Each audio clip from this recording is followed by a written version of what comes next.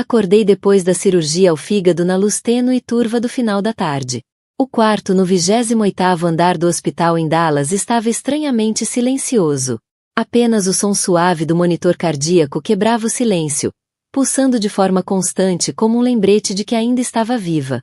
Uma dor surda no abdômen lembrava-me que tinha acabado de passar por uma cirurgia que durará quase 7 horas. Os médicos tinham removido um tumor que suspeitavam ser maligno. Ainda não tinha os resultados da biópsia, mas todos fingiam estar otimistas. Tentei mover-me e sentar-me para puxar o cortinado da janela. Não sabia porquê, mas uma estranha inquietação apoderou-se de mim, como se algo estivesse a acontecer. Algo que eu não devia ver. A cafetaria do hospital ficava no rés do chão, com um telhado de vidro suficientemente grande para eu conseguir ver claramente algumas mesas junto às janelas, e vi o Wesley, o meu marido, estava sentado em frente a uma mulher que eu não podia confundir, Schiller, a minha meia-irmã. Ela tinha vindo de avião de Denver para o Texas há 2 dias, supostamente para tomar conta de mim depois da cirurgia. Mas aquilo não era um reencontro de família. Estavam de mãos dadas sobre a mesa, com os olhos fixos um no outro como se mais ninguém existisse no mundo. Wesley inclinou-se e beijou a Schiller.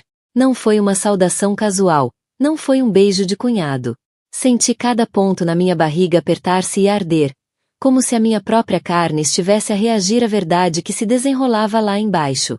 Mas essa dor não era nada comparada à traição fria e rastejante que inundava o meu peito. A minha mão apertava o parapeito da janela, a tremer. Tive de pestanejar várias vezes antes de ousar olhar de novo, só para ter a certeza de que não estava a imaginar. Mas depois a Schiller riu. Aquela risada aguda familiar que usava em criança para se safar de tudo. Mesmo depois de me roubar o namorado do secundário e insistir que tinha sido apenas um mal-entendido, Wesley estava a desenhar círculos na palma da mão dela, o mesmo gesto que fez quando me pediu em casamento há 7 anos, durante um dos meus ataques de pânico depois da morte repentina da minha mãe. Encostei a testa ao vidro frio. O meu hálito embaciou um pequeno círculo, mas a cena lá embaixo manteve-se cristalina, como se alguém estivesse a projetar um filme proibido em que eu nunca aceitei participar. A Schiller usava um vestido de seda cor de vinho, o presente feito à medida que eu lhe oferecerá no último Natal. Estava radiante, o cabelo loiro ligeiramente ondulado a apanhar a luz como num anúncio de shampoo. E eu, com a bata amarrotada do hospital, o cabelo oleoso preso num coque solto. Parecia um meio fantasma preso entre a vida e o pesadelo. Uma leve batida à porta tirou-me do transe. Miss Bennet, está na hora dos seus medicamentos. A enfermeira Marianne entrou com um sorriso gentil, segurando uma bandeja com comprimidos e um copo de água. Afastei-me da janela e engoli tudo o que acabará de ver bem fundo no peito, como se pudesse desaparecer se fingisse que não sabia. Estou a sentir-me melhor, respondi, os lábios a formarem um sorriso forçado. Foi a primeira mentira numa longa cadeia de mentiras que teria de contar para manter de pé um plano. Um plano que nunca pensei precisar. Mas agora sabia que a minha vida tinha enveredado por um novo caminho. Fiquei deitada na cama do hospital, com os olhos fixos no teto, revestido de quadrados brancos e frios. A dor da incisão persistia, mas a minha mente já não se importava. As imagens da cafetaria do hospital repetiam-se na minha cabeça como uma bobina em câmara lenta. Wesley e Schiller. Comecei a recuar mentalmente todos os pequenos detalhes que tinha ignorado ou escolhido não ver. Na semana passada, antes de ser internada, lembrava-me da Schiller a mandar-me mensagens constantemente, a perguntar o que eu precisava, que comida queria depois da cirurgia. Fiquei emocionada, a pensar que a minha irmã se importava verdadeiramente, que sempre esteve ao meu lado. Talvez nunca tenha sido sobre ajudar-me. Talvez sempre tenha sido sobre estar onde ela queria estar, ao lado dele. E o Wesley? Ele tinha segurado a minha mão antes da operação, a sussurrar: "Vou estar aqui quando acordares, não saio do teu lado." No entanto, 3 dias depois, estava a beijar a minha irmã lá embaixo como se eu nunca tivesse existido. Peguei no telemóvel. A mão ainda fraca, o movimento lento. Mas consegui fazer o que mais importava: tirar a foto. Da janela do 28º andar. Dei-o na imagem da mão do Wesley pousada na coxa da Schiller enquanto ela sorria. Uma expressão sem qualquer culpa. Enviei a foto por e-mail para mim própria usando uma pasta pessoal com um nome que soava inocente. Os meus instintos diziam-me para começar a guardar tudo. Se aprendi alguma coisa com anos a trabalhar em relações públicas, é isto. Nenhum sentimento é mais forte do que uma prova concreta. Nessa tarde, Wesley entrou no meu quarto com 2 cafés, um para mim, outro para Schiller. Encontrei a Schiller no átrio, disse ele enquanto pousava delicadamente o copo de café na mesinha de cabeceira. A Schiller aproximou-se, a voz melosa. Estás a sentir-te melhor? Trouxe-te aquela revista de que gostas e bolachas da tua pastelaria preferida. Estão nesse saco. Obrigada. Ambos se sentaram, um de cada lado da cama, como 2 personagens secundárias num drama hospitalar. Mas eu via tudo. A forma como Wesley se inclinava para dar espaço a Schiller. O toque leve ao entregar-lhe o café. A maneira como ela olhava quando ele se levantava para ir buscar lenços. Não estavam a representar tão bem quanto pensavam. Ou talvez achassem que eu ainda estava entorpecida pelos medicamentos. Não sabiam que eu estava a observar cada pequeno gesto. Nessa noite, depois de Wesley sair do hospital, a Schiller ficou. Disse que queria vigiar-me durante a noite, já que não havia enfermeiras suficientes. Concordei porque precisava de mais tempo para observar. Por volta das 23 horas, fingi que estava a dormir. A Schiller ainda estava a mandar mensagens. Sempre que o ecrã se iluminava, virava ligeiramente a cabeça para espreitar. Estava a trocar mensagens com alguém guardado como é. Eu sabia perfeitamente que Wesley tinha o meu nome guardado como Riley no telemóvel, por isso, quem quer que fosse e, de certeza que não era eu. Em silêncio, ativei a gravação no meu telemóvel e escondi-o junto à almofada, só por precaução.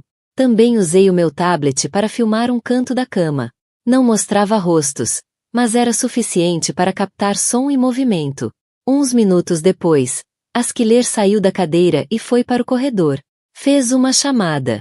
A voz era suave, mas ainda assim passou pela fresta da porta. Tenho saudades tuas. Venho cedo outra vez amanhã. A Riley tem dormido sem parar. Não consegui perceber a resposta do outro lado. Mas o que a Schiller disse já era mais do que suficiente. Na manhã seguinte, ouvi a gravação e guardei-a numa cloud privada. Cada vez que guardava uma prova, sentia que recuperava um pouco mais de controlo.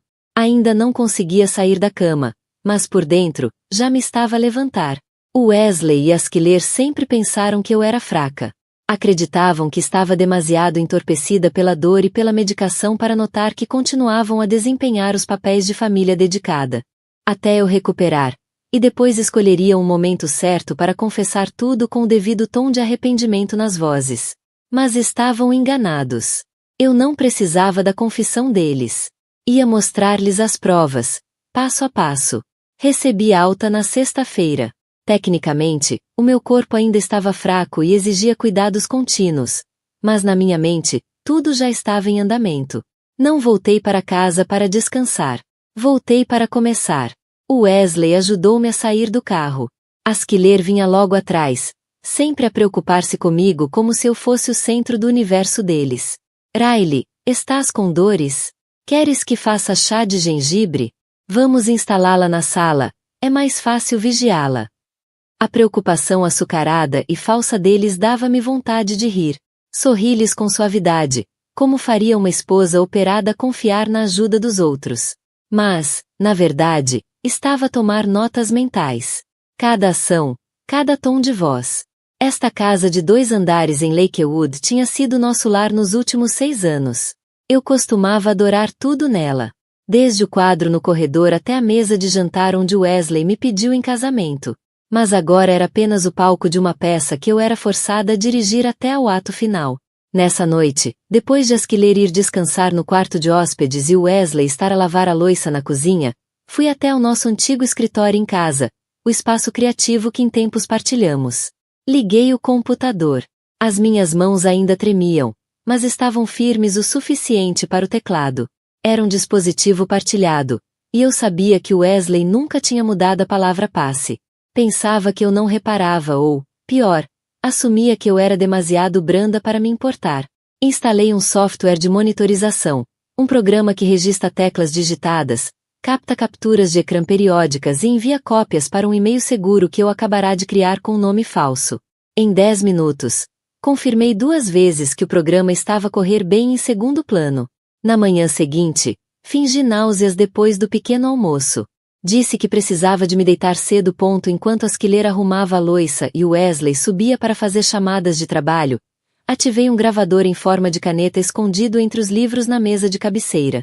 Tinha-o comprado há 6 meses para um projeto de cliente que exigia gravação de feedback. Nunca imaginei que usaria para algo tão pessoal. Eles disseram mais do que eu esperava. O Wesley queixava-se constantemente. Não mostres tanta preocupação com ela. Ontem vi a Riley a olhar para ti de forma estranha. A Schiller riu. Bem, parece que o espírito dela ainda não se foi. Apertei o cobertor nas mãos, forçando-me a não desabar. Nessa tarde, enquanto a Schiller foi ao supermercado, desbloqueei a aplicação de fotografias favorita do Wesley, uma plataforma de armazenamento online que ele sincronizava sempre durante as nossas viagens. Encontrei uma pasta chamada Work Seattle Comp. E lá dentro estavam dezenas de fotos com a Schiller, os dois numa varanda de hotel, a pedir comida num restaurante japonês, todas tiradas há 7 meses. A viagem de negócios que eu tinha perdido porque o meu pai estava hospitalizado. Acreditei no Wesley quando ele disse que era só com parceiros do setor. Afinal, a Schiller era essa parceira. Fiz capturas de ecrã de cada imagem, cada mensagem antiga, e enviei tudo para o meu e-mail seguro. Nessa noite, depois de Wesley adormecer, fui sorrateiramente ao escritório e peguei na pequena pen USB que tinha preparado. Fiz uma cópia de todas as gravações, todas as capturas de ecrã, todos os registros do software de monitorização. Tudo com data e hora. Tudo inegável. Também encontrei um histórico de mensagens que me gelou as mãos. Schiller. Quando é que contamos a Riley? Wesley. Quando ela estiver forte o suficiente. Agora não é o momento.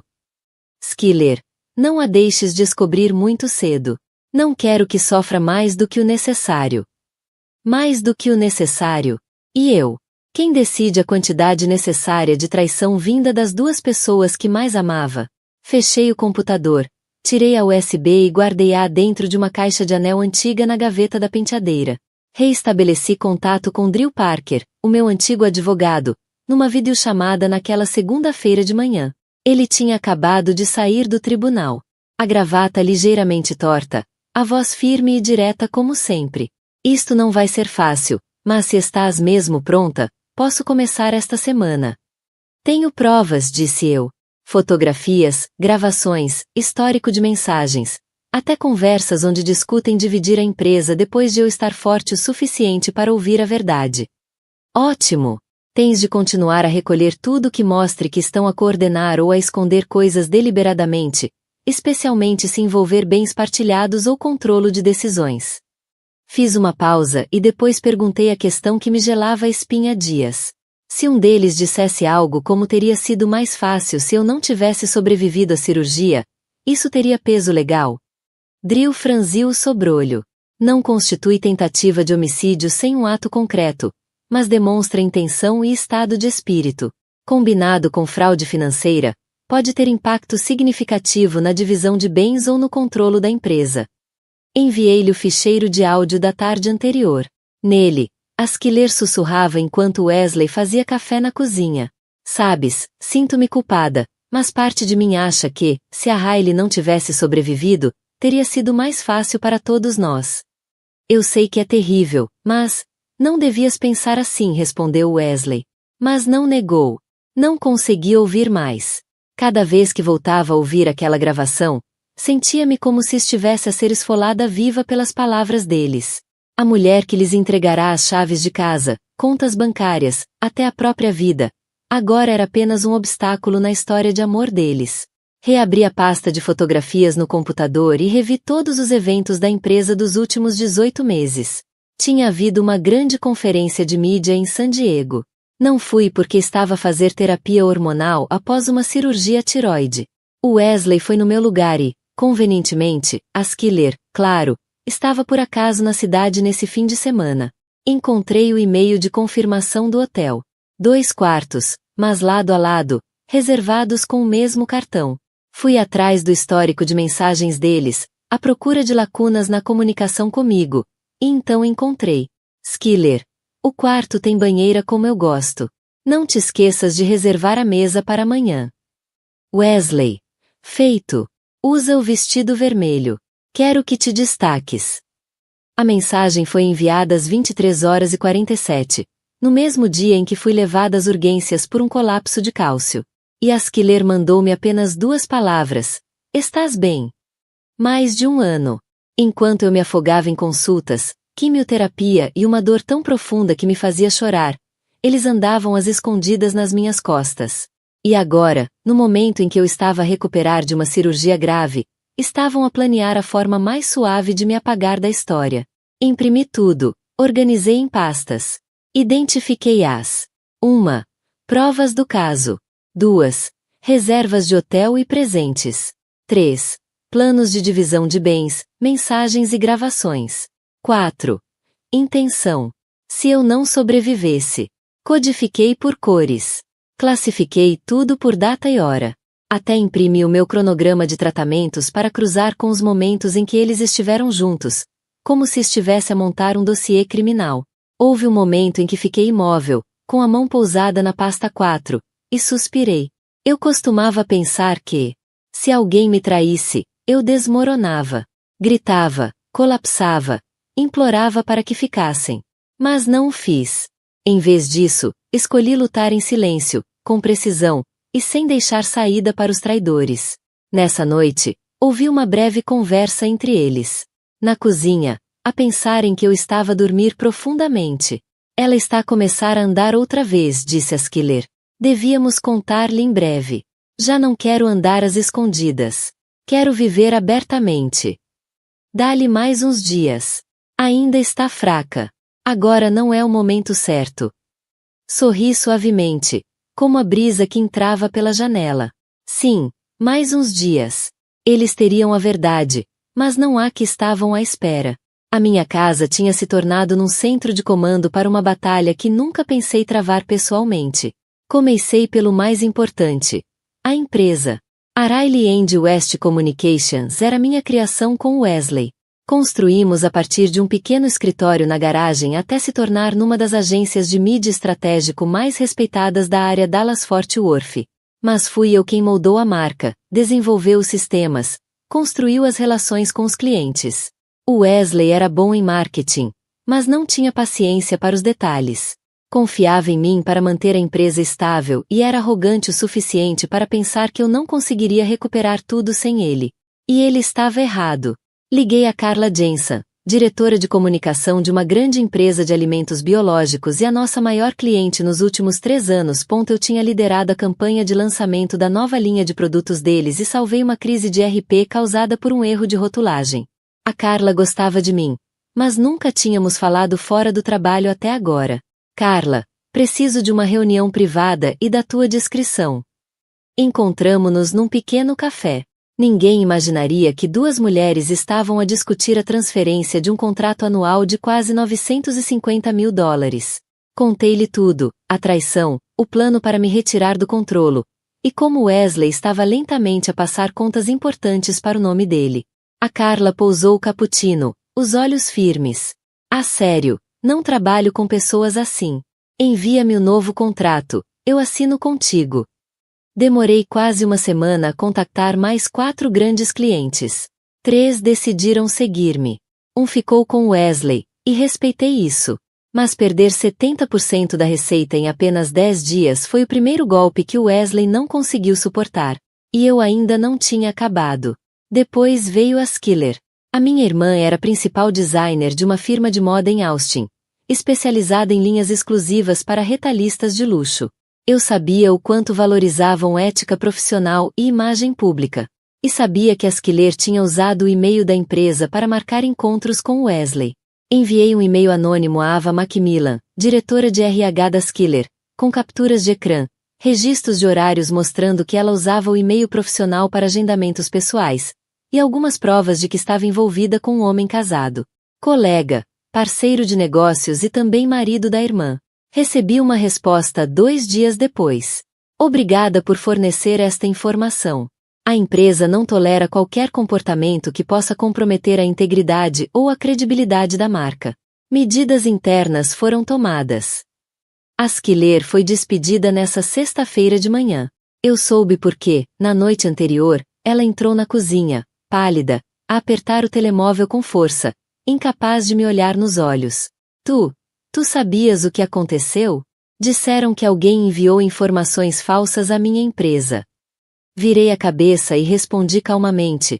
Talvez perguntes a Wesley. Ele é ótimo a lidar com crises. Finalizei o processo de divórcio no dia seguinte.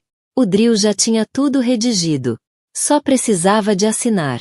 Fiquei com 80% das ações, deixei o resto para o Wesley.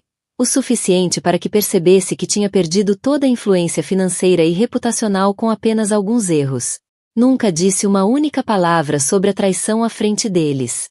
Continuava a ser a irmã em recuperação, a esposa agradecida. Estava à espera do momento certo. E queria que a próxima vez que me vissem fosse quando tudo estivesse feito. Documentos arquivados, lista de clientes garantida, fichas de pessoal organizadas, e a verdade exposta. Não queria que me vissem como uma mulher destruída entre os escombros. Queria que me vissem como aquela que limpou o campo de batalha e reconstruiu tudo a partir das ruínas que eles deixaram. No sábado, caiu uma chuva leve sobre Dallas, como se alguém estivesse a lavar a última camada de pó do meu telhado. Sentei-me na sala, as mãos ainda frias de nervos, mas o coração firme como pedra. Tinha enviado os convites no início da semana. Escrevi: preciso que todos estejam em casa às 17 horas. É importante. Todos concordaram. Os meus pais vieram de plano, a minha melhor amiga Avery de Fort Worth, 2 antigos colegas da minha antiga firma e, mais importante ainda, o Josh, o irmão mais velho do Wesley, que um dia disse: se a minha irmã alguma vez te magoar, diz-me. Eu não a defenderei cegamente. O Wesley e a Schiller não faziam ideia do que os esperava. Preparei a sala como uma reunião de família. O sofá virado para uma mesa comprida onde coloquei o portátil, um pequeno projetor e uma coluna Bluetooth ligada a um dispositivo de áudio. Num canto, um painel de madeira exibia fotos impressas, capturas de ecrã do meu computador, imagens deles em hotéis, trocas de mensagens e extratos de cartão de crédito mostrando fundos da empresa usados para jantares românticos pelo casal secreto.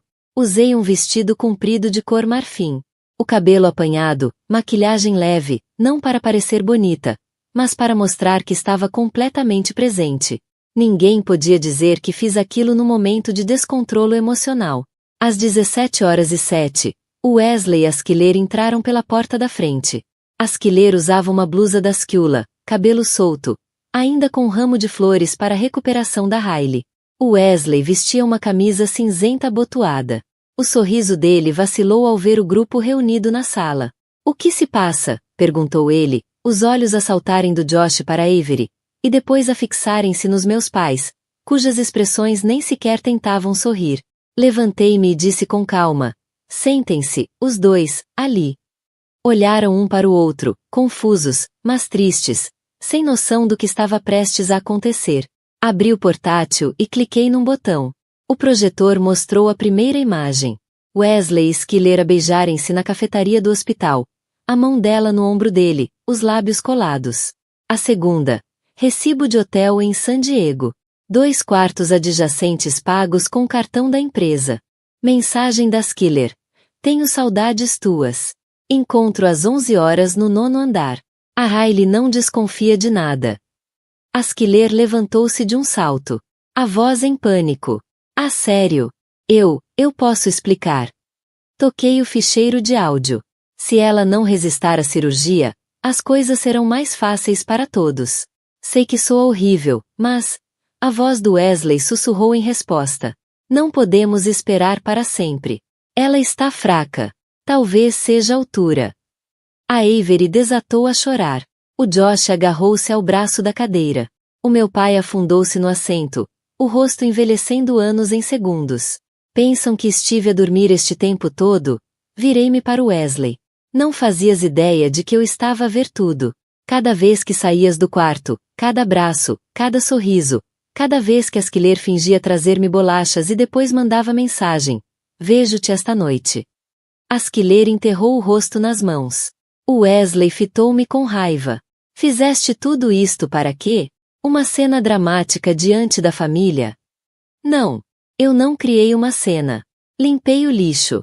E precisava de testemunhas para mostrar exatamente quem encheu a minha casa de porcaria.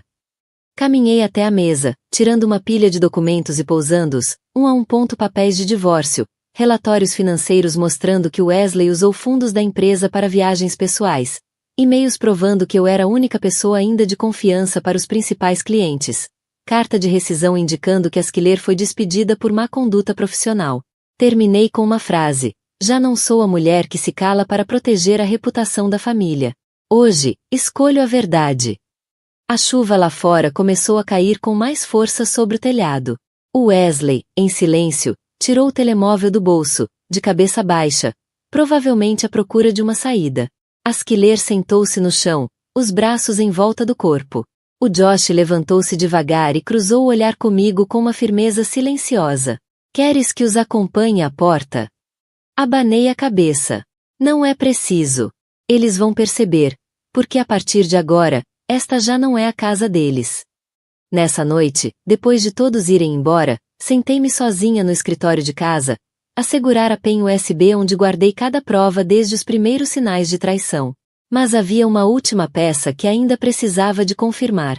Uma coisa que impedia esta história de ser encerrada. Liguei ao Josh, o irmão do Wesley. Ele tinha sido investigador privado numa grande seguradora antes de abrir o próprio escritório especializado em fraude corporativa. Sabia que, se alguém podia tratar disto com rapidez e discrição, era ele. Lembras-te da tua proposta? Perguntei. O Josh fez uma pausa de alguns segundos e depois respondeu. Diz-me, Riley, o que precisas? Preciso de saber se o Wesley e a Schiller estão a usar dados da minha empresa para criar algo próprio. E se estiverem, preciso de provas. O Josh não fez mais perguntas. 3 dias depois, enviou-me um relatório de 12 páginas com 3 anexos. Capturas de ecrã, registro comercial em Austin com o nome Evolve Strategies LLC, e um diagrama com as estruturas das campanhas de clientes originalmente pertencentes a Riley and West Communications.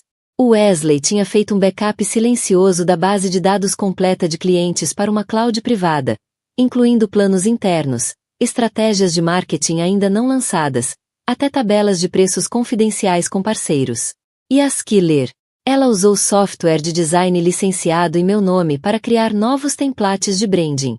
Mesmo layout, mesma paleta de cores, só com nomes e logótipos diferentes. Li cada linha, a mão a apertar o canto da secretária até os nós dos dedos ficarem brancos. Isto já não era apenas um caso. Era roubo corporativo. Voltei a reunir-me com o Drew no escritório dele. Quando larguei o ficheiro sobre a secretária, ele demorou menos de 10 minutos a dizer o que eu precisava de ouvir. Temos base para uma ação judicial, roubo de propriedade intelectual e fraude corporativa. Se quiseres, podemos escalar isto para o gabinete do procurador distrital. 3 dias depois, a ação foi oficialmente apresentada no Tribunal Civil do Condado de Dallas.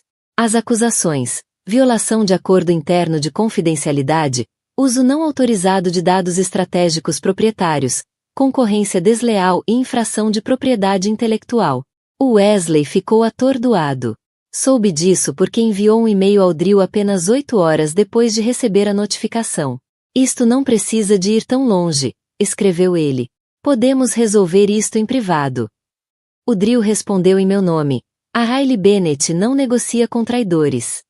O processo rapidamente chamou a atenção dos mídia locais, já que a Riley and West era uma das empresas de comunicação mais conhecidas da região.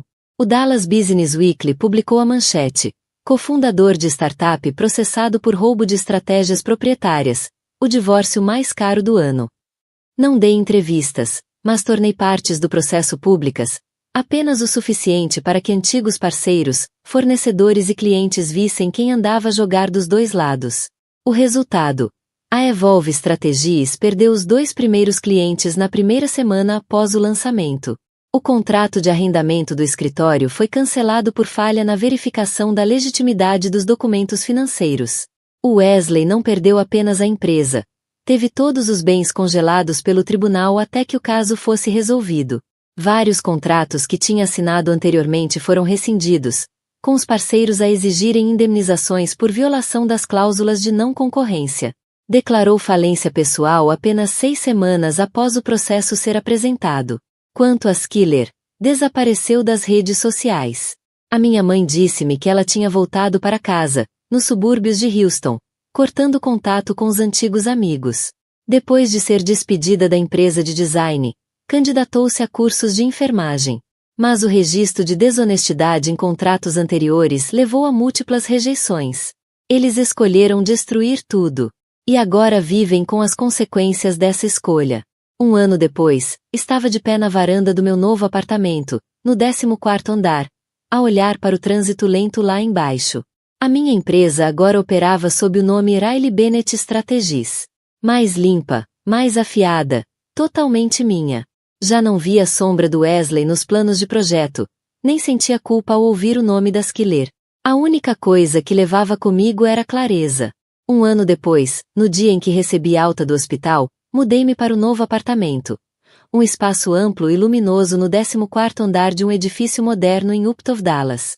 Sem mais passos familiares no chão de madeira. Sem mais o tilintar das chávenas de chá da Skiller ou o telemóvel do Wesley a vibrar no meio da noite. Só eu.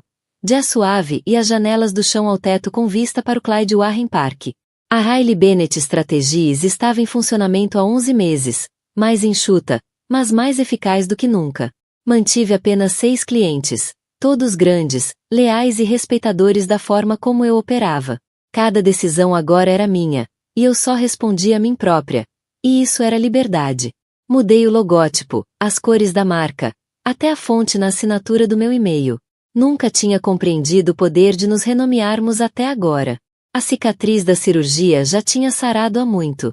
O médico disse que a função hepática tinha voltado ao normal, sem sinais de metástases ou recidiva, mas as cicatrizes emocionais demoraram mais. Houve um tempo em que eu não conseguia ficar sozinha por muito tempo, com medo das memórias a voltarem à superfície. A imagem da mão da Skiller na coxa do meu marido sob as luzes do hospital ou as palavras sussurradas entre eles. Esses momentos assombravam-me à noite, fazendo-me acordar num nevoeiro de incredulidade. Mas enfrentei-os, pouco a pouco. Fui à terapia todas as quintas-feiras durante os primeiros 3 meses. Aprendi a não me culpar. Escrevia no meu diário todos os domingos de manhã, registrando os meus passos lentos, mas firmes, em frente. E, de alguma forma, algures nesse percurso, percebi que tinha atravessado para o outro lado da dor sem sequer notar. A Skiller tinha saído do Texas. A minha mãe disse que vivia com uma prima no Arizona, a estudar para obter certificação em enfermagem. Ninguém mencionava o nome dela nos jantares de família, e eu nunca pedi a ninguém que ficasse ou fosse embora. Simplesmente escolhi não voltar a abrir a porta a quem me esfaqueou pelas costas. O Wesley, da última vez que soube, geria uma filial de uma empresa de material de escritório em Amarillo. O salário não sustentava o ego de um homem que um dia se sentou na cadeira de CEO. A queda dele foi o resultado de uma longa sequência de escolhas. Alguém perguntou-me uma vez, se pudesses voltar atrás, perdoavas-os? Pensei por um momento e respondi, não, mas estou grata. Grata por a traição me ter despertado, por me ter forçado a arrancar até o último vestígio de confiança cega nas pessoas que um dia vi como o centro do meu mundo. Já não sou a mulher que se sacrifica, que cede e acredita que o amor, por si só, trará justiça. Conheço agora os meus limites. Sei onde estão as minhas fronteiras, e ninguém tem o direito de as cruzar. Sou uma mulher traída pelo marido e pela própria irmã, Riley Rose. Não apenas a recuperar a sua empresa e reputação, mas a reconstruir completamente a sua vida. Já não é alguém facilmente enganada ou magoada, mas um símbolo de força, clareza e determinação. A resistência dela não nasceu da vingança. Nasceu da verdade e da justiça. E por causa disso, ela não apenas recuperou o que era legitimamente seu. Encontrou-se mais inteira do que nunca. O que achas da forma como a Riley reagiu e recuperou tudo? Foi justiça? Ou ela foi longe demais? Partilha a tua opinião nos comentários e não te esqueças de seguir o canal para mais histórias dramáticas e emocionais de família. As portas de carvalho polido do escritório do árbitro abriram-se e todas as cabeças se voltaram. Não era apenas Lilian Westwood a entrar. Era uma revelação. Grávida de 5 meses, radiante num vestido safira que desprezava o luto. Era o fantasma da mulher que o seu marido, o formidável titã da indústria, Alaric Vaughan, pensava conhecer. Ele tinha orquestrado este dia, o ato final do seu casamento sem alma. Mas, quando ela encontrou seu olhar, não com lágrimas, mas com um sorriso sereno e consciente, um frio temor, mais poderoso do que qualquer colapso de mercado, apoderou-se dele. Estava prestes a assinar o fim do futuro do seu império, da verdadeira bússola do seu coração, e nem sequer o sabia. A verdade acabava de entrar, e era uma obra-prima de engano que ele coautorara sem saber. O ar no apartamento da cobertura com vista para o Central Park era tão rarefeito e frio quanto o mármore sob os pés descalços de Lilian Westwood. Durante 3 anos, aquela fora sua casa, uma gaiola dourada no 80º andar da Torre Vaughan, o verdadeiro pináculo do império imobiliário de Alaric Vaughan. Deste ponto de vista, toda a cidade de Nova York parecia curvar-se diante dele, um reino imenso de aço e vidro. Para o mundo, ela era a Senhora Vaughan, a invejável esposa de um bilionário feito por si mesmo, um homem cuja ambição era tão lendária quanto a sua fortuna. Era um casal de ouro da cidade, os seus rostos a figurarem nas capas da Forbes e da Vogue com a mesma facilidade irritante. Mas a realidade do seu casamento era uma ilusão cuidadosamente curada, uma fusão empresarial de 2 famílias poderosas disfarçada de história de amor. O seu pai, o patriarca de velhos recursos Charles Westwood, via a união como uma aliança estratégica, uma forma de injetar sangue novo e implacável numa dinastia em declínio. Para Alaric, o rapaz do lado errado da linha que subira pulso até ao topo, o casamento era a aquisição final, o símbolo supremo da sua chegada. Lilian era apenas parte do negócio. Ela tentou. No início, tentou genuinamente encontrar o homem por detrás do mito. Via vislumbres dele nas horas tardias, quando a armadura do CEO implacável era posta de lado, e o cansaço da sua incessante ambição se refletia no rosto. Via um lampejo de calor quando falava da mãe falecida, a única pessoa que nele acreditara. Mas esses momentos eram ilhas fugazes num vasto oceano de ambição. A sua vida era uma sucessão de transações, e ela, a sua posse mais preciosa, era muitas vezes tratada como tal, admirada, polida e guardada com segurança. As suas conversas eram comunicados de imprensa, os jantares eram eventos de networking, e a cama uma fria e solitária extensão de lençóis de alta qualidade. Ele era casado com o trabalho, com a emoção do negócio, com a busca incessante por mais, e no seu mundo a preto e branco, de lucros e perdas. Lilian, com seu amor pela arte, os seus momentos de silêncio com o livro, e o seu anseio por uma ligação genuína, era uma variável que ele não conseguia quantificar. A descoberta da gravidez foi solitária e silenciosa. 2 linhas azuis num pau de plástico na enorme casa de banho de mármore branco. Deveria ter sido um momento de alegria partilhada, de excitação sussurrada. Em vez disso, foi um segredo que guardou bem perto, uma vida minúscula e trêmula que era sua, e só sua. Como podia contar a um homem que agendava a intimidade no calendário? Um homem que, num raro momento de brutal honestidade, confessara ver os filhos como uma distração, uma diluição do seu foco. Imaginara a conversa centenas de vezes. Ele, sentado por detrás da sua imensa secretária de mogno, os olhos da cor de um mar tempestuoso, a seguir um ticker da bolsa num dos seus inúmeros ecrãs. Ela dir-lhe-ia, e ele provavelmente veria aquilo como mais um movimento estratégico, um herdeiro Vaughan, bom para a marca, para o legado. Planejaria a vida da criança com o mesmo rigor com que planeava uma aquisição hostil. As melhores escolas, as conexões certas, um futuro forjado no cadinho da sua própria ambição. Mas ele alguma vez veria verdadeiramente a criança? Alguma vez a seguraria, não como herdeiro, mas como filho ou filha? O pensamento era sufocante. Esta criança, o seu filho, merecia mais do que ser uma nota de rodapé na biografia de Alaric Vaughan. Merecia ser amada por quem era, não pelo que representava. E Lilian, após 3 anos a sufocar no ar rarefeito do Império Vaughan, merecia voltar a respirar. Ponto catalisador para o fim foi uma conversa que ela ouviu por acaso. Alaric estava ao telefone no seu escritório, a porta ligeiramente entreaberta. A sua voz era diferente quando falava com a irmã, Amélia, a única pessoa que parecia ultrapassar as suas defesas. Não sei, M, dissera ele, a voz carregada de um cansaço que Lilian raramente ouvia. Está tudo bem. A empresa está em alta. Vamos fechar o acordo com a Sancler no próximo mês. A Lilian está bem, é a Lilian. Faz o que se espera. É um arranjo estável. Um arranjo estável. Esse era o casamento deles, uma linha numa folha de balanço. As palavras foram uma bofetada, uma confirmação fria e dura daquilo que ela muito suspeitava. Ela era um ornamento, parte da decoração, tão essencial e sem alma como o Picasso multimilionário que pendia no átrio da casa. Nessa noite, tomou a sua decisão. Iria deixá-lo, mas faloia nos seus próprios termos. Não seria a esposa desprezada, a figura trágica a implorar por migalhas da sua mesa.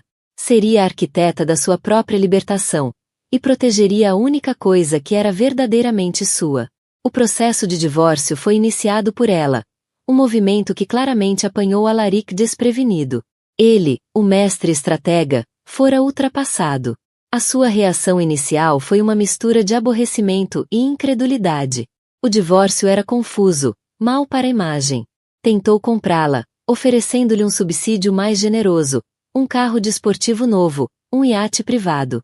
Tratou a dissolução do casamento como qualquer outra negociação, assumindo que tudo tinha um preço. Não conseguia compreender que o que ela queria não era algo que pudesse comprar. Ela queria liberdade.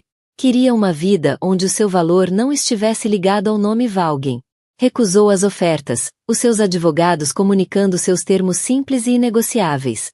Um corte limpo, dissolução de todos os laços, e apenas o que lhe era legalmente devido segundo o acordo pré-nupcial. Um acordo fortemente inclinado a favor dele. Ela assinará-o sem pensar duas vezes há 3 anos. Uma rapariga ingênua, apaixonada por uma fantasia. Agora era o seu escudo. Não queria o dinheiro dele. Nem um único cêntimo da fortuna construída sobre uma fundação de transações sem amor. Queria apagá-lo da sua vida. Isso enfureceu-o. O seu ego, tão vasto quanto frágil como seu império, ficou ferido. Não conseguia compreender por que razão ela abandonaria tamanha riqueza.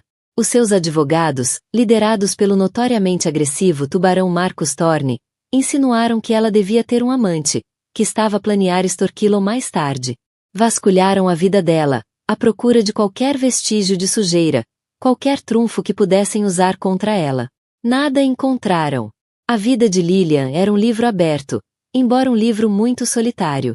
A reunião final, para assinar os papéis do divórcio, ficou marcada para uma terça-feira de maio. E foi para este dia que Lilian se preparara. Durante semanas, tinha discretamente retirado seus pertences pessoais da cobertura, armazenando-os num modesto apartamento. Iniciou cursos de negócios online, aprendendo sobre investimentos sustentáveis, sobre empresas que valorizavam pessoas acima de lucros. Estava a construir uma nova vida, tijolo a tijolo, longe da fria sombra da Torre Vaughan. No dia do divórcio, acordou antes de o sol lançar os primeiros raios dourados sobre a cidade. Passará a noite no seu novo apartamento. Os sons da cidade uma canção de embalar reconfortante. Pela primeira vez em anos, sentia paz, um sentimento de posse sobre a própria vida. Escolheu a roupa com a precisão de um general a preparar-se para a batalha. O vestido azul safira foi uma escolha consciente. Era a cor do oceano, vasto, profundo e livre. Era também a cor do colar de safira que Alaric lhe dera no primeiro aniversário de casamento. Uma peça que deixará para trás na caixa de joias da cobertura. O vestido estava impecavelmente ajustado, moldando-se às suas curvas de uma forma que não escondia, mas celebrava a gravidez. Era uma afirmação. Esta sou eu agora. Isto é o que estás a perder. Fez a própria maquilhagem, um look natural e radiante que realçava o brilho da gravidez. O cabelo longo e escuro estava penteado em ondas suaves que lhe caíam pelos ombros. Olhou para o seu reflexo no espelho e viu não a esposa tímida e ofuscada de um bilionário, mas uma mulher com identidade própria, uma futura mãe, uma força a ter em conta. A sua advogada, uma mulher astuta e compassiva chamada Eleanor Vance, amiga da sua mãe, encontrou-a no átrio do edifício do árbitro. Os olhos de Eleanor arregalaram-se ligeiramente ao ver a aparência de Lilian. Estás Começou ele a elanar, procurando a palavra certa. Preparada, completou Lilian, com um pequeno e confiante sorriso nos lábios. Enquanto subiam no elevador até o 40º andar, o coração de Lilian batia num ritmo constante. Não havia medo, nem arrependimento, apenas uma determinação tranquila. Não estava ali para lutar, gritar ou chorar. Estava ali para encerrar um capítulo, para assinar um papel que a libertaria. Alaric estaria lá, ladeado pela sua equipa jurídica. Estaria impecavelmente vestido num dos seus fatos Tom Ford feitos por medida, o rosto uma máscara de indiferença fria. Esperaria que ela fosse um espelho dele, fria e profissional. Ou talvez esperasse lágrimas, um último apelo emocional desesperado. Era um homem que via o mundo em padrões previsíveis, que acreditava poder antecipar cada movimento. Mas hoje, Lilian era uma variável para a qual ele não tinha contabilizado. Era prova viva e respirante de uma verdade que ele fora demasiado cego, demasiado arrogante, demasiado consumido pela própria ambição para ver. A verdade de que o maior ativo que alguma vez possuíra não era um arranha-céus nem um portfólio de ações, mas a mulher que estava prestes a sair da sua vida para sempre, levando consigo um segredo que teria redefinido todo o seu império. As portas do elevador abriram-se e Lilian inspirou fundo. Estava na hora de enfrentar o homem que um dia amara, o homem que quase a quebrara, e mostrar-lhe exatamente o que perderá. A longa caminhada pelo corredor de mármore parecia uma última passerelle. Cada passo, um movimento definitivo para longe do passado e em direção a um futuro desconhecido, mas cheio de esperança. A sala de reuniões era um teatro de poder. Uma longa mesa de mogno, intimidantemente polida, refletia os rostos sombrios de homens em fatos caros. Na cabeceira da mesa estava sentado Alaric Valgren, um rei indiscutível no seu tribunal pessoal. Ao seu lado, Marcus Thorne, um advogado cuja reputação pela impiedade era tão marcante que quase se tornará uma marca. Do outro lado, o seu CFO, um homem com uma expressão perpetuamente preocupada, agarrado a uma pasta de documentos como se fosse um salva-vidas. Os olhos de Alaric estavam fixos nas portas duplas, um músculo a contrair-se no maxilar. O atraso era pouco característico de Lilian. A pontualidade era uma virtude que ele exigia de todos. Um sinal de respeito que sentia ser-lhe devido. O atraso dela era uma pequena fissura na fachada controlada do dia, e irritava-o. Lançou um olhar ao seu relógio PC Philippe, um toque sutil e impaciente do dedo na superfície da mesa. Queria despachar aquilo. Tinha uma fusão multimilionária para finalizar, um acordo que faria suas conquistas anteriores parecerem brincadeiras de criança. Este divórcio era uma distração aborrecida e indesejada. E então as portas abriram-se. No momento em que Lilian entrou, a atmosfera na sala mudou. Era como se o próprio ar tivesse sido sugado, substituído por um silêncio atônito. A cabeça de Alaric ergueu-se bruscamente e a sua compostura cuidadosamente construída desfez-se. Esperava uma Lilian pálida, submissa, a mulher que vira pela última vez semanas antes, os olhos sombreados por uma tristeza que escolhera ignorar. Estava preparado para uma transação sóbria e profissional. Não estava preparado para aquilo. Ela era uma visão. O vestido safira era uma afirmação ousada e desafiadora contra os cinzentos e pretos sombrios da sala. Moldava-se a um corpo indiscutivelmente e belamente grávido. A sua barriga, uma curva suave e perfeita, era o ponto focal de todo o seu ser. O seu rosto, que ele recordava cansado e abatido, estava agora radiante, brilhante com uma vitalidade que parecia zombar do ambiente estéril da sala. Os olhos dela, claros e diretos, não mostravam traço algum da mulher de coração partido que ele esperava. Em vez disso, revelavam uma força serena, uma calma ilegível que ele achou mais perturbadora do que qualquer explosão emocional. Alaric sentiu uma sensação estranha e desconhecida no peito. Era como se o chão lhe tivesse fugido debaixo dos pés. Grávida! Lilian estava grávida. O pensamento ricocheteava-lhe na mente. Uma força caótica e desorientadora. Fez um cálculo rápido e frenético. 5 meses. Talvez 6. Recuou mentalmente, tentando localizar um momento, uma ocasião. Os últimos meses tinham sido um turbilhão de viagens de negócios, noites tardias no escritório e uma distância crescente e silenciosa entre os dois. Tinha havido momentos de intimidade, mas tinham sido pontuais, agendados. Nunca considerará a possibilidade de um filho. Não fazia parte do seu plano há 5 anos. Uma onda de fúria fria invadiu-o, afastando o choque inicial. Ela tinha lhe escondido aquilo. Deliberadamente ocultara uma verdade monumental, transformadora. Aquilo não era apenas um divórcio. Era uma traição da mais alta ordem. Viu instantaneamente através da lente da sua mente desconfiada. Era um esquema, um movimento clássico de oportunista. Ela engravidara para o prender, para garantir uma compensação maior, para reivindicar uma parte maior do seu império. O momento era demasiado perfeito, a aparência dela demasiado calculada. Marcus Thorne, sempre oportunista, inclinou-se e sussurrou ao ouvido de Alaric. Isto é um jogo, Alaric. Um jogo de poder descarado de última hora. Não deixes que ela te afete. Mantemos o plano. Alaric acenou com a cabeça, o maxilar tenso, os olhos a estreitarem-se em fendas geladas. Forçou os traços de volta a uma máscara de indiferença.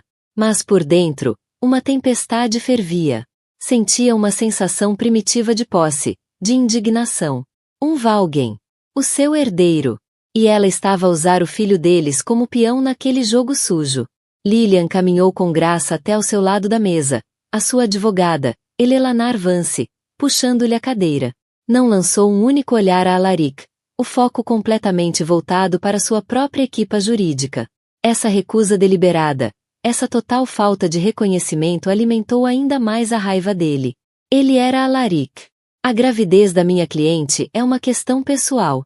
Não tem qualquer relevância para os termos do acordo pré-nupcial que o Sr. Thorne, redigiu com tanto rigor. O acordo mantém-se. Estamos aqui para finalizar a dissolução do casamento, não para renegociar. Como diabos não tem? Explodiu Alaric. A voz a ecoar na sala silenciosa. Levantou-se, a sua figura imponente projetando uma longa sombra sobre a mesa. Essa criança é minha. Lilia encontrou finalmente o seu olhar furioso e, pela primeira vez, uma centelha de emoção cruzou-lhe o rosto. Não era medo, mas algo semelhante à pena. É mesmo, Alaric? Perguntou suavemente. A pergunta um golpe silencioso e devastador. Fizeste parte da sua criação de forma significativa? Partilhaste a esperança, o medo, os enjoos matinais? Sabe sequer a data prevista do parto? Esta criança, disse ela, pousando a mão com ternura sobre a barriga, não é um ativo Valgen. Não é uma cláusula num contrato. É um ser humano, e não o criarei numa sala de reuniões. A acusação atingiu mais do que qualquer golpe físico. Um ativo Valgen. Era como se ela tivesse mergulhado na sua mente e arrancado o pensamento vergonhoso que ele próprio tivera inicialmente. Viu-se refletido nas palavras dela. Um homem frio, calculista, que valorizava o legado acima do amor. E odiou isso. Odiou que ela o tivesse visto. Que o tivesse dito em voz alta. Isto é ridículo, resmungou Marcus Thorne, remexendo nos papéis. Vamos contestar isto. Vamos exigir um teste de paternidade. Vamos requerer a custódia total. Elelanar Vance riu. Um som curto e seco que cortou a tensão. Com que fundamento? Que ele é o pai mais rico. Que pode proporcionar uma vida de luxo vazio e negligência emocional. Serás motivo de riso no tribunal, Marcus. A própria declaração de Alaric, prestada há 2 meses. Cuidaremos disso. O sangue de Alaric gelou. A declaração. Ele fora arrogante, indiferente. Pintara um retrato do seu casamento como um arranjo funcional, sem paixão. Afirmara, sob juramento, que não tinha desejo algum de ter filhos, que os considerava um obstáculo à sua carreira. Dissera, com as suas próprias palavras, que construíra uma jaula para si mesmo, e Elelanar Vance estava prestes a trancar a porta. Olhou para Lilian. Viu-a de verdade pela primeira vez. Olhou além da bela esposa, da figura da alta sociedade. Viu uma mulher de força formidável, uma mulher que planeou tudo com o mesmo gênio estratégico que ele costumava reservar para si próprio. Ela sabia o que ele faria, como reagiria. Antecipara cada movimento dele. Usará a arrogância dele, a sua cegueira emocional, como arma contra ele. A mulher calma e serena que entrará naquela sala era uma guerreira. Viera preparada para a batalha, armada com uma verdade que ele não podia negar e um futuro no qual ele não tinha lugar. Vamos avançar com isto, sim? Disse Lilian, a voz trazendo de volta ao presente. Estendeu a mão para a caneta sobre a mesa, as mãos firmes. Tenho uma consulta médica esta tarde. A menção casual de uma vida agora completamente separada da dele foi mais um corte calculado.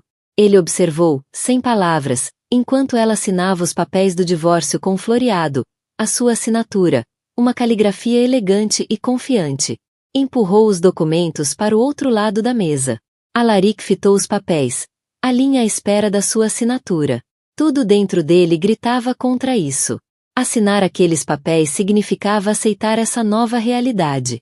Significava admitir a derrota.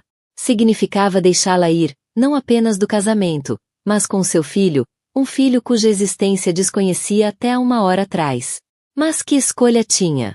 Eleanor Vance tinha razão. As suas próprias palavras, as suas próprias ações, selaram o seu destino. Qualquer batalha legal seria um pesadelo de relações públicas. Uma guerra prolongada e sangrenta que exporia a verdade oca da sua vida perfeita. Ele, o mestre do jogo, fora derrotado em xeque-mate. Com uma mão estranhamente pesada, pegou na caneta. A sala ficou em silêncio. O único som era o bater frenético do seu coração. Olhou para Lilian uma última vez. O seu rosto estava calmo, o olhar voltado para a janela e o horizonte da cidade, como se já tivesse seguido em frente. Percebeu, com um nó no estômago, que aquilo não se resumia ao divórcio ou ao bebê. Era algo mais. Algo que ele perderá por completo. Havia uma peça do puzzle, um detalhe crucial ainda oculto para ele. A transformação dela, a confiança, o planeamento meticuloso. Tudo apontava para uma verdade maior, mais complexa. Assinou os papéis. A sua assinatura, habitualmente ousada e assertiva, era um risco hesitante, quase ilegível. Era a assinatura de um homem que acabará de perder uma guerra que nem sequer sabia que estava a travar. Quando Lilian se levantou para sair, a advogada recolhendo seus pertences, Alaric falou, a voz tensa. Por quê, Lilian? Por que esconder? Ela parou à porta, voltando-se para ele. Um sorriso triste e enigmático tocou-lhe os lábios. Tu nunca olhaste, Alaric, disse suavemente. Vês aquisições, vês ativos, vês tudo o que queres possuir, mas nunca vês verdadeiramente o que tens. E com isso, virou costas e saiu da sala, deixando para trás um bilionário destroçado e o silêncio ensurdecedor de uma verdade que ele só agora começava a compreender. O verdadeiro drama, começava ele a perceber, só agora começava. A bela mulher que acabará de o divorciar não era a mulher com quem ele se casara. E a verdade que ele suspeitava era muito mais devastadora do que podia imaginar. Os dias que se seguiram ao divórcio foram um turbilhão desorientador para Alaric Vaughan. Lançou-se no trabalho com uma intensidade renovada, quase maníaca. Orquestrou a fusão com a Sinclair com a sua impiedosa marca registrada. Trabalhou horas extenuantes, alimentado por cafeína e uma raiva latente. Estava determinado a provar que estava ileso, que a saída da esposa e a revelação do filho por nascer eram meras notas de rodapé na grande narrativa do seu sucesso. Mas o silêncio da cobertura era um lembrete constante e cruel da sua perda. Os vastos espaços vazios, que antes simbolizavam poder, agora pareciam um mausoléu. Cada divisão guardava um fantasma de Lilian. Via-a enroscada no sofá com um livro, a sua manta de cachemira favorita sobre as pernas. Ouvia o eco distante da sua risada no corredor, um som que agora percebia ter raramente provocado. Encontrou um único brinco esquecido na mesa de cabeceira, uma pérola delicada que parecia gritar por uma vida, uma doçura que ele atropelara. As noites eram insones, assombradas por uma imagem recorrente. Lilian, radiante no seu vestido safira, a mão pousada sobre a barriga grávida, os olhos cheios de uma pena mais cortante do que qualquer ódio. As palavras finais dela ecoavam-lhe na mente. Tu nunca vês verdadeiramente o que tens. Vira-a como um acessório, uma adição bela e bem comportada à sua vida. Valorizara-a pela linhagem, pela forma como ficava ao seu lado nos galas, pela calma aristocrática que trazia ao seu mundo caótico. Nunca pensara no que ela queria, no que sentia. Presumira que a riqueza e o estatuto que lhe proporcionava eram suficientes. Foi o maior erro de cálculo. A sua irmã, Amélia, foi a única a romper o isolamento autoimposto. Chegou à cobertura numa noite, sem avisar, com uma garrafa de Scott e um olhar de preocupação profunda. Amélia era cirurgiã pediátrica, uma mulher cuja vida era dedicada a curar, e sempre vira através da armadura meticulosamente construída de Alaric. Amélia deu um gole lento, os olhos inteligentes a estudá-lo por cima do copo. Jogou contigo? Perguntou suavemente. Ou protegeu o filho de um homem que, uma vez, lhe disse que um bebê seria uma responsabilidade estratégica. Alaric estremeceu. Esquecera-se de ter dito isso, fora no início do casamento, numa conversa hipotética sobre o futuro. Para ele, fora uma afirmação pragmática. Para ela, percebia agora, devia ter sido o prego final na esperança de uma família verdadeira. Ela não pediu um cêntimo a mais do que o pré-nupcial, continuou Amélia, a voz gentil, mas firme. Não usou o bebê como moeda de troca. Pensa bem, Alaric. O que é que ela ganhou ao revelar aquilo naquele dia? Não foi riqueza. Não foi um acordo melhor. O que ela ganhou foi a liberdade, com o filho, nos seus próprios termos. Tirou-te o poder de controlar a narrativa. Sabia que tentarias tomar o filho para controlar a sua vida. Para fazer dele mais uma aquisição Valgen. Superou-te, não para te magoar, mas para proteger o bebê.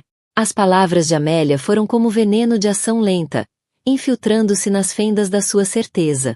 Estivera tão cego pelo ego, tão convencido do seu papel de vítima, que nunca considerará os motivos de Lilian de outro ponto de vista senão o seu.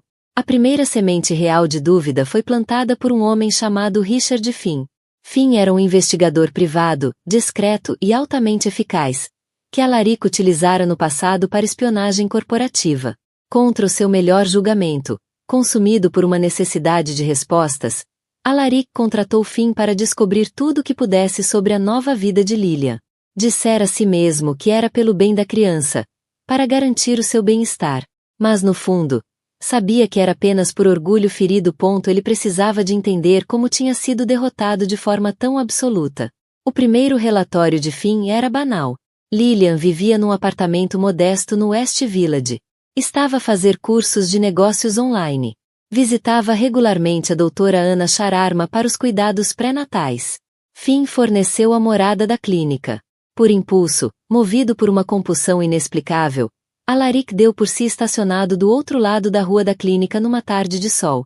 Observou enquanto Lilian saía, protegendo os olhos da luz. Usava um vestido simples de verão, a barriga agora mais pronunciada. Parecia feliz. Havia leveza nos seus passos, um sorriso genuíno no rosto enquanto falava ao telefone. E então viu com quem ela se ia encontrar. Um homem esperava por ela num café próximo. Era alto, com olhos bondosos e um sorriso caloroso. Levantou-se ao vê-la aproximar-se, a mão pousando suavemente na parte inferior das costas dela ao conduzi-la até a mesa. Sentaram-se, a conversa animada, os risos fáceis e naturais. Um ciúme branco e ardente, tão intenso que quase o fez sentir-se fisicamente doente, irrompeu dentro de Alaric. Então era isto. Esta era a verdade. Havia outro homem. Os seus advogados sempre tinham tido razão. Ela deixará-o por outra pessoa. Aquele homem, aquele ninguém, era a razão da nova luz dela, da confiança tranquila. Gritou uma ordem para o telefone. Descobre quem ele é. Quero saber tudo sobre ele. No dia seguinte, o relatório de Finn chegou à sua caixa de entrada. O nome do homem era Dr. Ethan Miller. Era pediatra, especializado em cuidados neonatais. Também era viúvo. A mulher morrera há 2 anos de cancro. Não tinha filhos. Era cofundador de uma organização sem fins lucrativos que prestava cuidados médicos a crianças carenciadas em países em desenvolvimento. Ele e Lilian tinham sido vistos juntos várias vezes, geralmente perto da clínica ou no parque. Um pediatra. Um altruísta. O perfil era tão puro, tão antitético à vida de Alaric, que quase parecia um insulto deliberado. Imaginou Lilian atraída pela bondade tranquila de Ethan, pela dedicação desinteressada a ajudar os outros. Tudo aquilo que ele não era. Mas, enquanto encarava o relatório, um detalhe chamou-lhe a atenção. A doutora Ana Sharma, obstetra de Lilian, fazia parte da direção da organização sem fins lucrativos de Ethan. Eram colegas. Amigos. Era possível que o encontro fosse inocente. Mas a intimidade fácil que testemunhara sugeria algo mais. A verdadeira bomba, no entanto, veio de uma fonte inesperada. O seu CFO, o perpetuamente preocupado David Shen, pediu uma reunião urgente. Entrou no gabinete com o rosto pálido, as mãos ligeiramente trêmulas enquanto segurava uma pasta. Alaric, começou, a voz quase num sussurro.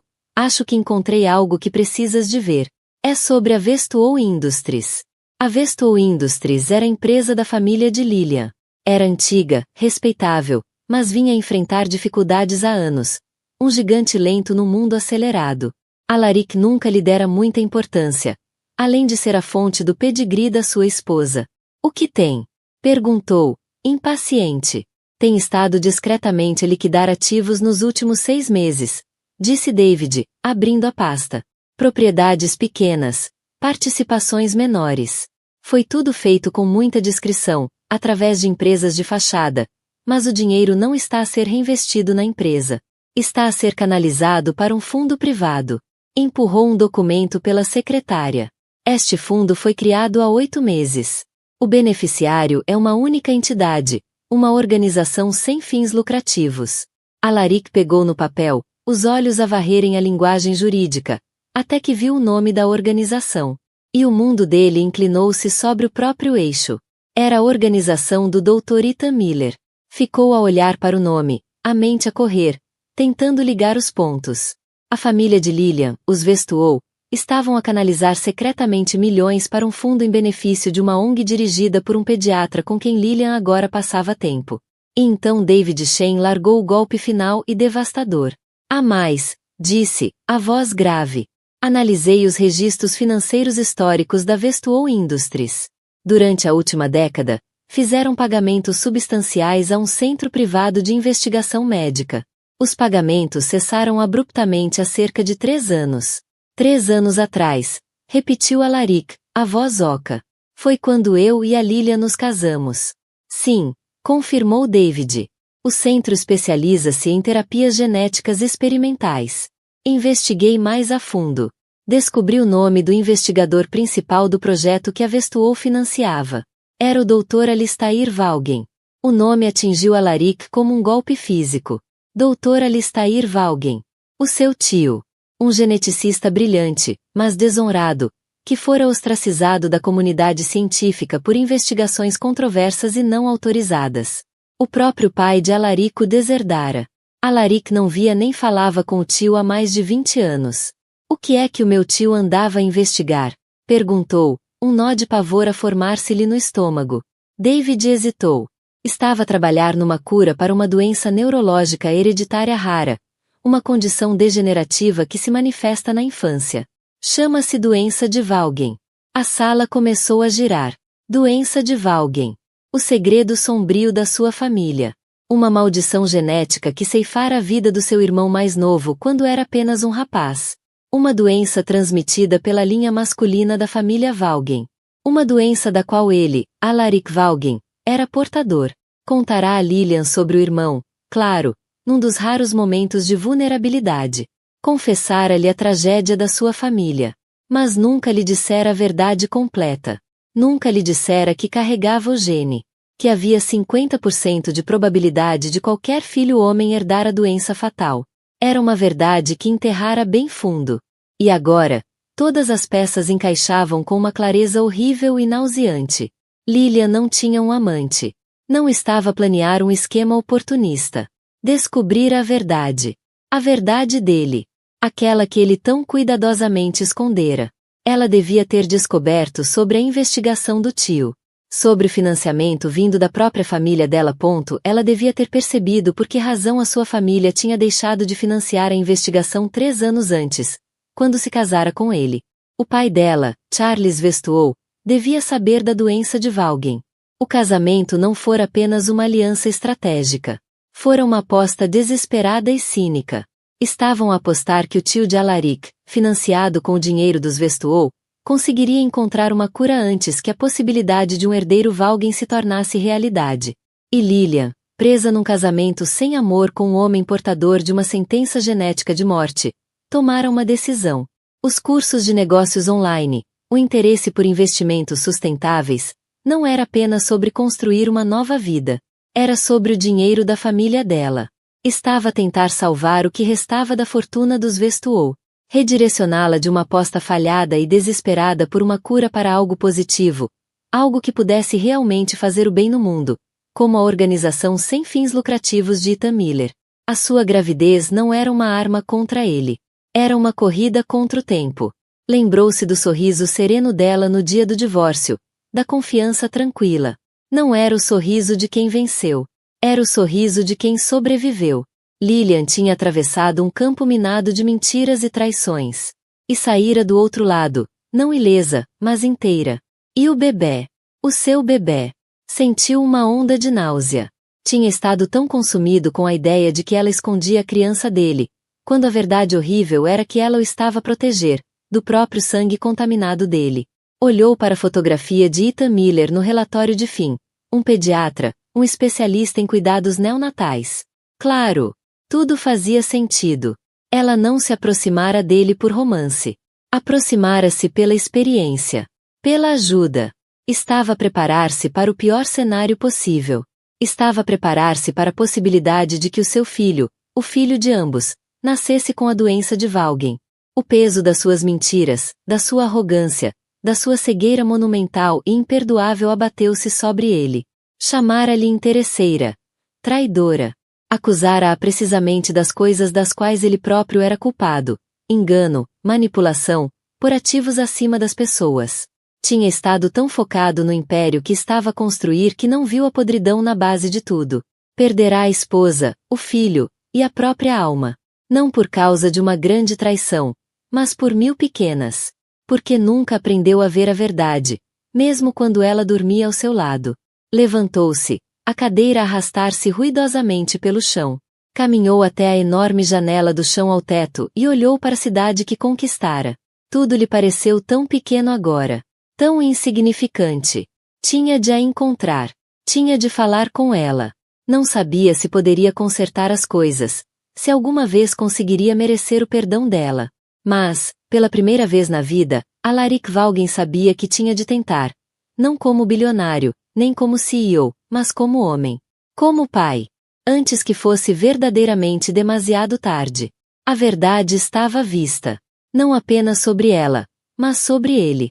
E era uma verdade que mudaria tudo. O endereço que Alaric tinha para a clínica privada da doutora Ana Sharma situava-se num discreto e sofisticado edifício médico em Lenox Hill. Exalava uma aura de profissionalismo tranquilo, um mundo à parte do caos impiedoso de Wall Street. Enquanto permanecia do outro lado da rua, o sol do fim da tarde lançando sombras longas no passeio, Alaric sentiu uma profunda sensação de deslocamento. Era um homem habituado ao controlo, a ter assistentes e porteiros a abrirem-lhe caminho. Agora era apenas um homem sozinho no passeio, prestes a implorar por uma reunião que não tinha o direito de esperar. Passará as últimas 24 horas num exílio autoimposto na cobertura. As peças do puzzle a girarem-lhe na mente, formando um mosaico dos seus próprios fracassos. Reler os relatórios, as declarações financeiras, a sua própria deposição. Cada palavra era uma nova acusação. Via agora, com clareza dolorosa, como a sua ambição fora um cancro, a metastizar por toda a sua vida, destruindo tudo o que havia de puro e bom.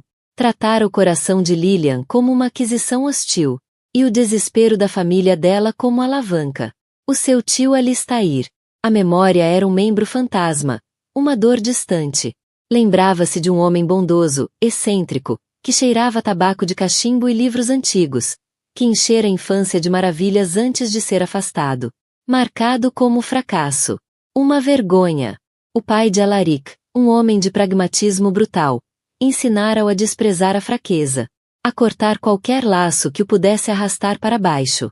Alistair, com a sua investigação obsessiva e subfinanciada, fora considerado um fardo. Agora, Alaric compreendia que o tio não fora um fracasso. Fora um homem a tentar salvar a família da sua própria herança trágica.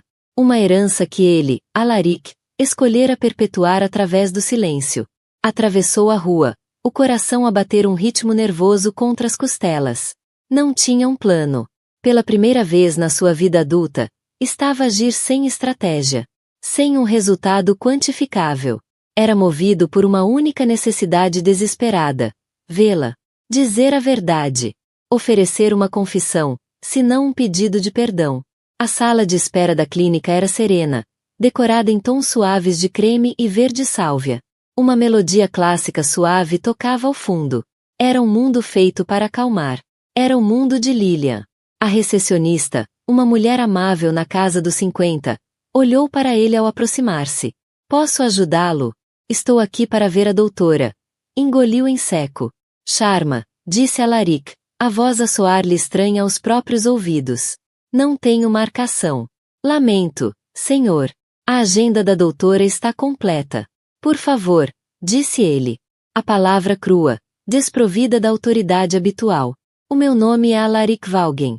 É uma questão de extrema urgência pessoal.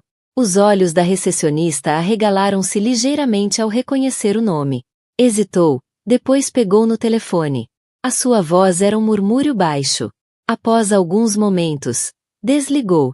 A doutora Sharma pode vê-lo durante 5 minutos entre consultas. Por favor, sente-se. A espera foi agonizante. Sentou-se na beira de uma poltrona almofadada, as mãos entrelaçadas entre os joelhos. A caricatura do homem poderoso que supostamente era. Era apenas mais uma pessoa ansiosa numa sala de espera. Finalmente, a porta abriu-se e uma mulher de bata branca surgiu. A doutora. Anna Sharma estava nos finais dos 40, com olhos inteligentes e compassivos que pareciam ver através dele. Senhor Vaughan, sou a doutora Sharma. Por favor, entre. O consultório era modesto, repleto de livros médicos e fotografias de bebés sorridentes. Tinha uma ternura que o escritório de Alaric nunca teve. Tem 5 minutos, Sr. Vaughan, disse Sharma, o tom profissional, mas não cruel. Serei franca. Só o estou a receber porque a Lilian pediu. Disse que talvez aparecesse. A declaração atingiu em cheio. Lilian tinha previsto isso também. Estava sempre um passo à frente. A Lilian, como está? E o bebê? Ambos estão bem, Sr. Vaughan, respondeu cautelosamente. O que imagino ser a verdadeira razão pela qual está aqui. Ela acha que o bebê tem a doença, disse Alaric, a constatação a perfurar-lhe com uma nova vaga de dor. Ela é uma mãe, corrigiu a doutora Sharma com suavidade. Está a preparar-se para o pior, enquanto espera o melhor. Passou meses a investigar, a falar com especialistas, a entender a condição de uma forma que suspeito que o senhor nunca o fez. Esteve a fazer o luto de uma possibilidade, de um medo, completamente sozinha. Sozinha. As palavras torceram-se-lhe nas entranhas. Enquanto ele fechava negócios e se banhava na glória do império que construíra, ela carregava sozinha aquele fardo aterrador. Preciso de vê-la, implorou. Preciso de lhe explicar.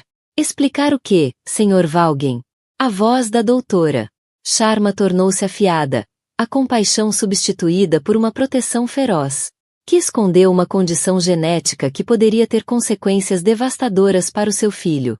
Que o seu casamento foi baseado numa mentira por omissão tão profunda que é quase impensável. Que a acusou de traição quando, na verdade, ela foi quem foi traída, não apenas por si, mas pela própria família. Cada palavra era um dardo perfeitamente lançado, perfurando os últimos vestígios da autoilusão dele. O pai dela sabia, murmurou Alaric, mais para si do que para ela. Sim, confirmou a doutora Sharma. Ele contou-lhe tudo depois do divórcio. Ele e o seu pai fizeram um acordo há anos. Charles Westwall financiaria a investigação do seu tio e, em troca, o seu pai aprovaria o casamento entre si e a Lilian. Foi uma barganha grotesca e medieval. Estavam a jogar com a vida dela, com a vida dos futuros filhos. Quando se casou com ela, o pai dela cortou o financiamento, assumindo que o problema estava resolvido. Mas era pior do que ele alguma vez poderia imaginar. Um pacto entre 2 patriarcas, com Lilian como cordeiro sacrificial. Onde é que ela está? Perguntou ele, a voz a quebrar-se. Por favor, não estou aqui para lutar ou fazer exigências. Só, preciso que ela saiba que eu sei toda a verdade. A doutora Sharma estudou-o durante um longo momento, o olhar inabalável.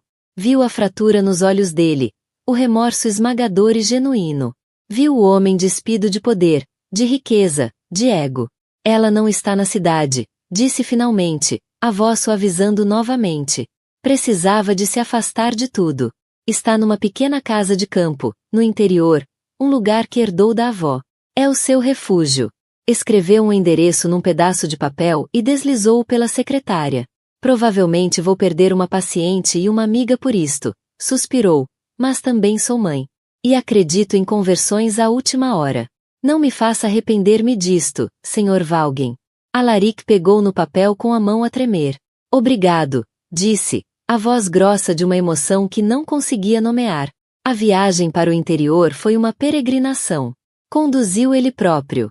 O motor potente e elegante do seu Bentley era um contraste gritante com o caos dentro de si. Deixou a cidade para trás, os arranha-céus a encolherem no retrovisor, e seguiu em direção às colinas verdejantes do Hudson Valley. O endereço levou a uma casa isolada, aninhada entre árvores, com vista para um lago sereno. Uma fina coluna de fumo subia pela chaminé. Era um retrato de paz, um mundo longe do luxo frio e estéril da sua cobertura. Estacionou o carro e caminhou pelo caminho de cascalho. O coração martelava-lhe no peito. O que diria? Como poderia sequer começar a compensar o que causará? Viu-a antes de ela o ver. Estava sentada num baloiço da varanda, um cobertor grosso enrolado à volta de si, uma caneca nas mãos. O perfil desenhava-se contra o pôr do sol. A barriga, bela, proeminente, era uma silhueta marcante. Ela parecia em paz. Contente. Como se pertencesse àquele lugar. Deve ter ouvido o cascalho debaixo dos seus pés. Porque virou a cabeça. Os olhos arregalaram-se. A paz deu lugar a uma mistura complexa de surpresa, apreensão e uma tristeza profunda e cansada. Ele parou ao pé dos degraus da varanda, sem ousar aproximar-se mais. O abismo entre eles parecia um oceano. Lilian. Começou, a voz falhando. Eu sei. Ela não fingiu não entender. Limitou-se a observá-lo, o olhar firme, à espera. Sei sobre a doença de Valgem, continuou, a confissão a sair de forma descontrolada. Sei da investigação do meu tio e do financiamento do teu pai. Sei do acordo que fizeram. Sei que sou portador. E sei que nunca te contei. Não há desculpa, nenhuma explicação que possa justificar o que fiz. O meu silêncio, a minha ignorância, foi uma escolha. Egoísta, arrogante, imperdoável. Respirou fundo. O ar puro do campo cortante nos pulmões. Passei as últimas semanas a pensar que me tinhas traído. Vi a tua gravidez como uma arma. O teu brilho como sinal de um caso. Estava tão cego pelo meu orgulho ferido que não vi a verdade. A verdade de que foste tu quem foi traída. A verdade de que estiveste a carregar um fardo que deveria ter sido meu. Olhou para ela, os olhos suplicantes. Vi-te com o Dr. Miller. Pensei. Assumi o pior. Sei agora que estavas apenas a tentar ser uma boa mãe.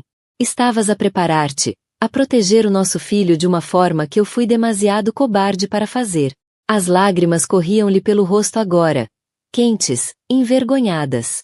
Não se deu ao trabalho de as limpar. Sinto tanto, Lilian. Por tudo. Pelo casamento sem amor, pelas mentiras, pelo medo que te fiz passar. Tu merecias muito mais. O nosso filho merece muito mais. Lilian ouviu em silêncio, a expressão impenetrável. O pôr do sol lançava um brilho dourado no seu rosto, captando o brilho de uma única lágrima que escapou e lhe percorreu a face. Finalmente falou. A voz era baixa, mas clara, atravessando o ar imóvel da noite. Eu não fiz isto para te castigar, Alaric, disse suavemente. Fiz para sobreviver. Fiz porque me estava a afogar. E tive de aprender a nadar. Não só por mim, mas por este bebé. Colocou a mão sobre a barriga. Tive de criar um mundo para nós, onde pudéssemos estar seguros. Um mundo que não fosse construído sobre segredos e mentiras. Ele subiu um degrau da varanda. O movimento foi lento, cauteloso, como se aproximasse de um animal assustado. Há alguma esperança para nós? Perguntou. Não para o nosso casamento. Sei que o destruí. Mas, para o nosso filho, posso ser pai? Era a pergunta mais importante da sua vida. O futuro do seu império, da sua riqueza, do seu legado, tudo insignificante perante aquela resposta.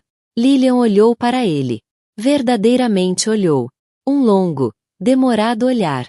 Viu o homem partido diante de si, despido de todas as fachadas. Viu o arrependimento genuíno nos olhos marejados. Viu um vislumbre do homem que um dia esperara que ele fosse. Então, o telemóvel ao seu lado vibrou. Pegou nele, os olhos a percorrerem o ecrã. Um pequeno suspiro trêmulo escapou-lhe dos lábios. Era a doutora Sharma, disse, a voz carregada de emoção. Olhou para ele, os olhos a brilhar com lágrimas ainda por cair. Os resultados da amniocentese chegaram. O coração de Alaric parou. Era isto. O momento da verdade. O culminar de todas as mentiras, toda a dor, todos os segredos. Susteve a respiração, a preparar-se para o veredito que definiria o resto das suas vidas. Chegará na 11ª hora, mas sabia, com uma certeza que lhe gelava os ossos, que a verdade tinha chegado primeiro, e que talvez fosse, aterradoramente, demasiado tarde para mudar. O silêncio naquele alpendre estendeu-se numa eternidade, denso com o peso de medos não ditos e de um futuro suspenso. Alaric Vaughan, o homem que comandava salas de reuniões e construía impérios, estava impotente, à espera de uma única palavra que definiria sua redenção, ou a sua ruína. A jornada de Lilian, de esposa silenciada a mãe radiante e formidável, tinha culminado neste precipício. Lutara pelo futuro do seu filho. Um futuro livre da gaiola dourada das mentiras dele. Será que os resultados daquela mensagem anunciavam uma nova batalha? Uma vida de dor e luta? Ou traria uma nesga de graça? Uma nova oportunidade, nascida não de um contrato, mas de uma verdade devastadora que mudou tudo? A história deles é um retrato cru e implacável dos segredos que apodrecem nas sombras da riqueza e do poder.